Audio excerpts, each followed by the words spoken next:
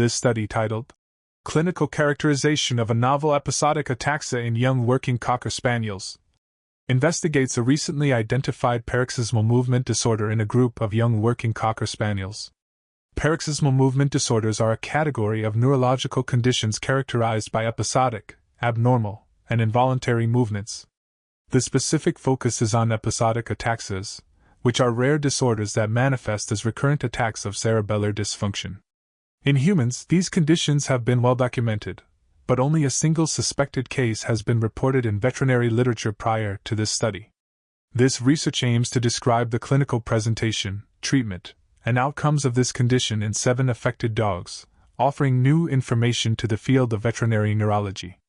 The study begins by introducing the broad spectrum of paroxysmal movement disorders, or PMDs, in small animals, which include various conditions characterized by involuntary movements such as tremors, muscle hyperexcitability, and dystonia. These episodes are typically self-limiting, with normal neurological function between episodes. The authors make a point to differentiate between paroxysmal dyskinesias, or PXDS, which involve hyperkinetic movements, and episodic ataxias, or EAs, which are marked by cerebellar dysfunction such as truncal ataxia, or incoordination and vertigo. The significance of video evaluation in identifying specific features of these movement disorders is also highlighted. The authors emphasize that episodic ataxias can be primary, meaning inherited, or secondary, meaning acquired from other disorders. Primary episodic ataxia is caused by genetic mutations and often begins in childhood or adolescence. A single case report of suspected primary episodic ataxia in a Bichon frise was made 14 years ago, which suggested the condition is not commonly encountered in veterinary medicine. This study intends to address this gap by providing a detailed clinical characterization and long-term outcomes of episodic ataxia in working Cocker Spaniels. The methodology of the study is a retrospective review of clinical records from 7 young working Cocker Spaniels diagnosed with episodic ataxia. The dogs were identified from the medical records of the University of Glasgow Small Animal Hospital and Moorview referrals between January 2021 and May 2023. The study utilized a combination of clinical observations, video analysis, and owner questionnaires to gather a detailed picture of the disorder. Neurological examinations, video footage of the abnormal episodes, blood analysis, magnetic resonance imaging or MRI, cerebrospinal fluid analysis or CSF, cardiac scans, and specific blood tests were evaluated. The owners were invited to complete a detailed questionnaire designed to collect information about the episodes, their triggers, and progression, as well as any other comorbidities. All videos were independently reviewed by the authors and descriptive statistics were used to analyze the data. This multifaceted approach was key to providing a comprehensive characterization of this condition. The results of the study are divided into several sections that describe the study cohort, the characterization of the episodes, questionnaire data, and diagnostic evaluations. The cohort consisted of 7 working Cocker Spaniels, 2 males and 5 females, with a median age of onset of 4 months. All dogs were from different breeders in the United Kingdom, with no known familial relationships, though a littermate of 1 dog was reported to have experienced epilepsy-like episodes. The clinical signs observed across all dogs were consistent and included cerebellar ataxia, hypermetria in the thoracic limbs, a wide base stance, head titubation, and body swaying. The dogs remained conscious during these episodes with no signs of vestibular or autonomic issues. 1 dog had intermittent tremors during 1 episode thought to be due to stress, but no other hyperkinetic movements were observed. 3 dogs exhibited mild weakness in their limbs during episodes. The questionnaires revealed that owners described the episodes as an acute onset of head and truncal sway or bobbing, along with a drunken gait, but their dogs were believed to be conscious. In addition to this, dogs were often quiet, less responsive, subdued, or confused during episodes.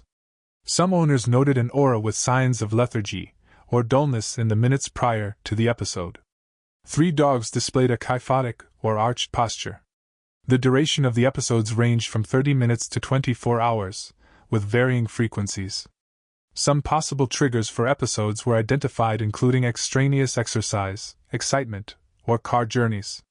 Many of the dogs had learned to adapt to episodes by finding a place to rest. Owners also described lethargy and exhaustion in the postictal phase with increased thirst and hunger following an episode. All dogs returned to normal within 48 hours, and the owners did not believe the episodes had significantly impacted their overall quality of life. The diagnostic evaluation of the dogs revealed normal results for physical and neurological exams, complete blood counts, and serum biochemistry. Brain MRIs and CSF analysis were normal in 3 of the dogs tested. Additional tests were conducted, including urinalysis, tests for organic acidureas, ammonia, bile acid stimulation, ionized calcium, cobalamin, folate, and titers for toxoplasma and neospora antibodies. All of the results were normal with the exception of 1 dog that had a positive test for gluten sensitivity, and 1 dog with low cobalamin levels. The dog with gluten sensitivity had a complete blood work during an episode, which was also normal. Only 1 owner elected to try antiepileptic medication for their dog, but the treatment was ultimately discontinued due to its ineffectiveness. The dog with low cobalamin levels was supplemented for 4 weeks until levels were normal. Regarding diet, 4 of the 5 dogs were on a diet containing gluten prior to the study. 1 dog was on a gluten-free diet from the age of 4 months, and had his first episode at 5 months old. After the start of the study, 4 of the dogs were trialed on a gluten-free diet, and owners reported a reduction in episode frequency, duration, or both. The dog that had tested positive for gluten sensitivity was especially difficult to manage due to scavenging, with episodes occurring shortly after ingesting gluten-containing foods. The owners reported that the dogs were all in partial remission at the time of the questionnaire, though they had experienced an episode in the previous year. The discussion section of the study delves into the significance of these findings, comparing them to human episodic ataxia and similar canine conditions.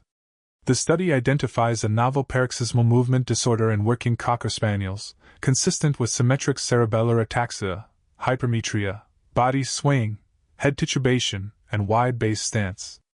The researchers propose that the most appropriate term for this presentation is episodic ataxia, highlighting the importance of this study as the first to document episodic ataxia in multiple dogs of the same breed.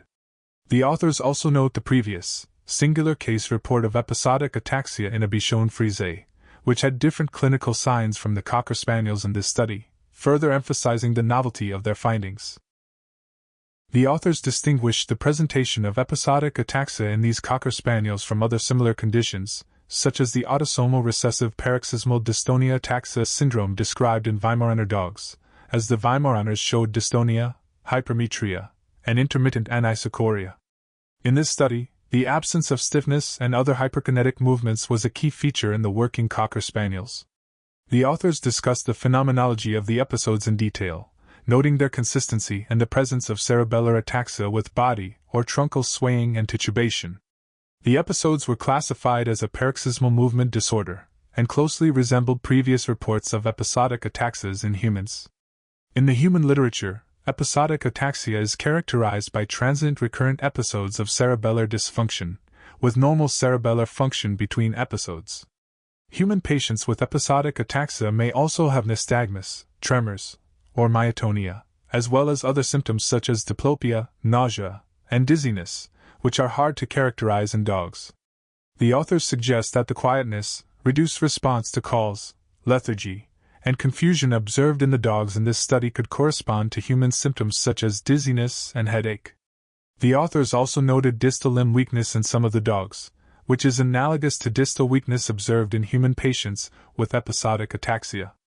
A notable clinical sign across all the dogs was body or truncal swaying, which has previously been referred to as titubation, postural tremor, or truncal ataxia in veterinary literature.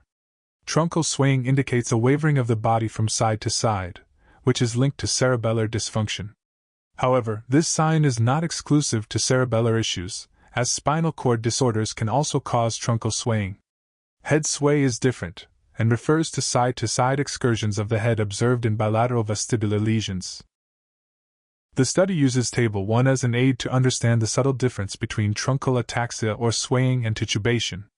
The authors define truncal ataxia or swaying as instability in the trunk, leading to difficulty maintaining posture, and they define titubation as a rhythmic oscillation of the head or trunk. Titubation is not truly a tremor, as it only affects the head or trunk while tremors can affect other body parts, and tremors can occur at rest while titubation only occurs when attempting to maintain posture. The authors emphasize that although both are forms of movement disorders, it is their rhythmic nature that distinguishes titubation from truncal swaying. Furthermore, the absence of stiffness or hyperkinetic movements in the Cocker Spaniels in this study helped differentiate the episodic ataxia observed here from paroxysmal dyskinesias. The study also considered epileptic activity as a possible etiology, but this was deemed unlikely due to the prolonged nature of the episodes and the lack of improvement with antiepileptic drugs. The authors acknowledged that seizures could not be ruled out without an EEG during an episode. The authors make a note of the fact that episodic ataxia in humans is often misdiagnosed as anxiety, seizures, or migraines before a proper diagnosis, and that long-term video EEG monitoring could be helpful for further evaluation of dogs with episodic signs. The initial suspicion was cerebellar involvement, but generalized weakness and body swaying suggested a more diffuse central nervous system issue. The researchers ruled out metabolic diseases, intoxication, and structural issues as the cause of the episodes based on normal diagnostic test results. A cardiac disease or systemic hypertension was also considered, but was deemed highly unlikely as most of the dogs were athletic and physically normal in between episodes. Given these findings, the authors considered an inherited etiology to be the most likely cause of the episodes. In humans, episodic ataxia is classified as primary, meaning genetic, or secondary, meaning acquired. The authors make note of the 8 subtypes of episodic ataxia in humans, each with their own clinical differences. The dogs in this study were very young at onset and were from the UK, but a common lineage was not identified. The episodes lasted from 30 minutes to 24 hours and were sometimes triggered by exercise or excitement, similar to findings in humans. In humans, the diagnosis of primary episodic ataxia is often based on clinical features and specific gene mutations. The study also notes that the genes identified to cause primary episodic ataxia in humans encode for ion channel proteins, which are important for excitatory neurotransmission. Because of the clinical similarities to other conditions, various tests are used to rule out other possibilities, including brain imaging and laboratory tests to test for mitochondrial disorders. Secondary causes of episodic ataxia include vascular, inflammatory, toxic, metabolic, and neoplastic disorders. These are often characterized by onset after adolescence, a negative family history, greater variability in the presentation, and abnormal laboratory results. The authors of the study acknowledged the limitation that their diagnostic tests were not uniform across the 7 dogs. While no abnormalities were discovered, the cause of the episodic ataxia in the dogs in this study remains unknown. The authors also explored the relationship between episodic ataxia and gluten sensitivity. They note that a clinical response to a gluten-free diet has been seen in human patients with ataxia, and that this clinical entity is called gluten ataxia. Only 2 dogs were tested for antigliadin antibodies in this study, and one of the 2 tested positive. This positive dog improved after a gluten-free diet was initiated. Though the clinical response to a gluten-free diet was noted in a number of the dogs, it is important to acknowledge that spontaneous remission is possible in similar conditions. Additionally, relapses were documented in 2 dogs after accidental gluten ingestion, indicating the sensitivity to gluten in some cases. The authors note that multiple factors can be at play in these cases, making it difficult to demonstrate a correlation with a small study size. The outcomes of the dogs in this study differ from the previous Bichon-Frise case report, which experienced a progressive decline, and only improved after a treatment with a potassium channel blocker. The study also notes that in humans with primary episodic ataxia, symptoms tend to improve or resolve with age. The authors discuss the limitations of the study, including the small sample size and its retrospective character. The lack of standardized diagnostic protocols and tests limited the study, as did the absence of a detailed pedigree. Despite these limitations, the study provides an initial, but important description of a new paroxysmal movement disorder in dogs. The study concludes that the episodic ataxia observed in the working Cocker Spaniels is characterized by symmetric cerebellar ataxia, hypermetria, titubation, body/truncal swaying, and a wide-base stance. The study cautiously compared their findings with human episodic ataxia descriptions, while also acknowledging the differences. The underlying cause of the disorder is still unknown, and diagnosis is presumptive, though the prognosis appears favorable as the dogs showed a reduction in episode frequency over time. The study suggests that a gluten-free diet may help to reduce episode frequency in dogs with suspected primary episodic ataxia. The study provides a basis for future research, including genetic studies, gluten sensitivity, and long-term clinical monitoring. From Vet NeuroJar, keep those minds inspired, hearts light, and tails wagging.